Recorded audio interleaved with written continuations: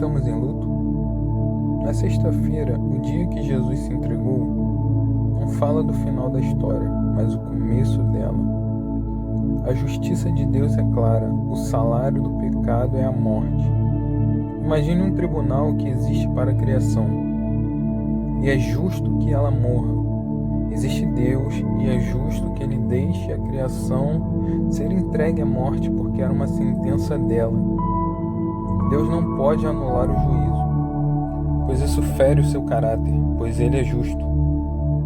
Então alguém teria que pagar essa pena, e foi exatamente o que Jesus fez por nós.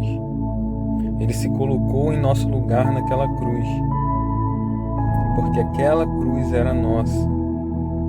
Aquela tortura, humilhação e dor que Ele sofreu eram para nós.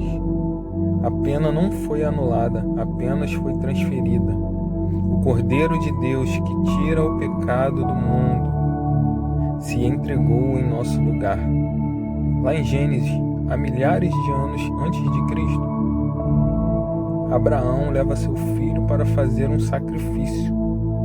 Então Isaac pergunta a seu pai, aonde estava o cordeiro? E então Abraão responde, Deus preparará para si o cordeiro. Da mesma forma que Deus proveu o cordeiro, lá no início com Abraão, há pouco mais de 2000 anos atrás, Deus preparou para si o cordeiro. Aquele que não cometeu pecado se fez pecado, para que nós fôssemos feitos justiça de Deus. Porque Ele vive, posso crer no amanhã. Hoje podemos cantar isso porque um dia Jesus morreu como pecador, foi até o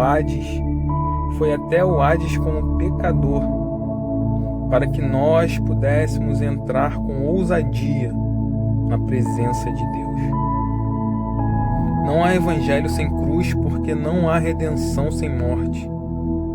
Só pode nascer quem Deus sonhou que você fosse quando morrer aquele que você se tornou. Jesus morreu como pecador, mas o inferno não conseguiu detê-lo lá por mais de 3 dias. Jesus estava lá para que se cumprisse a palavra de Deus. Mas depois que se cumpriu tudo o que estava escrito, ao terceiro dia ele ressuscitou. Morreu como um cordeiro, mas ressuscitou como um leão. Ele morreu como um cordeiro, porque o cordeiro não tem nenhum dispositivo de defesa. Jesus não veio para se defender, Jesus veio para se entregar. Ele ressuscitou como um leão, porque depois que se cumpre a redenção, Ele volta para governar. Jesus não foi morto na cruz, é diferente. A morte não conseguiria o tomar para si. Então Ele precisou se entregar. Então, quando Jesus diz, está consumado, Ele está dizendo que o cordeiro que Deus preparou desde o princípio foi entregue. Tinha então chegado o seu tempo. Mas a nossa vitória não está só na morte, mas está em sua ressurreição. Ao terceiro dia ele ressuscitou. Nada mais precisa ser feito em relação à redenção. Não tem uma gota do seu suor que se compare ao sangue de Jesus. Não tem a ver com o seu esforço. Tem a ver com o que Ele fez. Agora precisamos entender. Tudo que Jesus poderia ter feito para nos tirar das trevas e nos transportar para o reino de Deus, Ele fez. Mas Jesus nos mostra que devemos nos posicionar como filhos. Não adianta só saber quem é, se não andar na altura da identidade que temos. A redenção nada mais é do que experimentar aquilo que Jesus já conquistou por nós.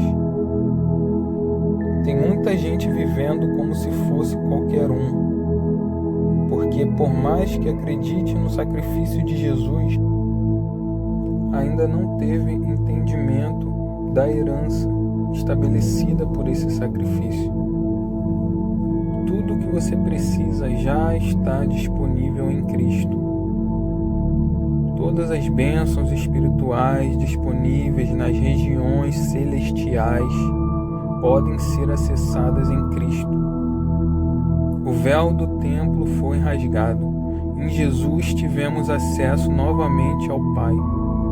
A cruz nos tirou de um lugar de escravidão e nos botou em um lugar de herança. Jesus era o Filho único, unigênito de Deus, mas quando ele se entrega, ele se torna o primogênito, primeiro de muitos.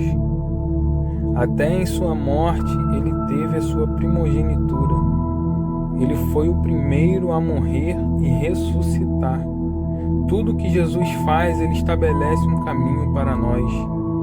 Quando Jesus morre e ressuscita, ele está dizendo: faça o que eu fiz. Se você aceitar a sua cruz, você receberá a sua ressurreição. Não há evangelho sem cruz, porque não há redenção sem morte. A cruz não veio melhorar quem você é. A cruz veio matar quem você é. Porque só quando morrer quem você se tornou, poderá nascer quem Deus sempre quis que você fosse.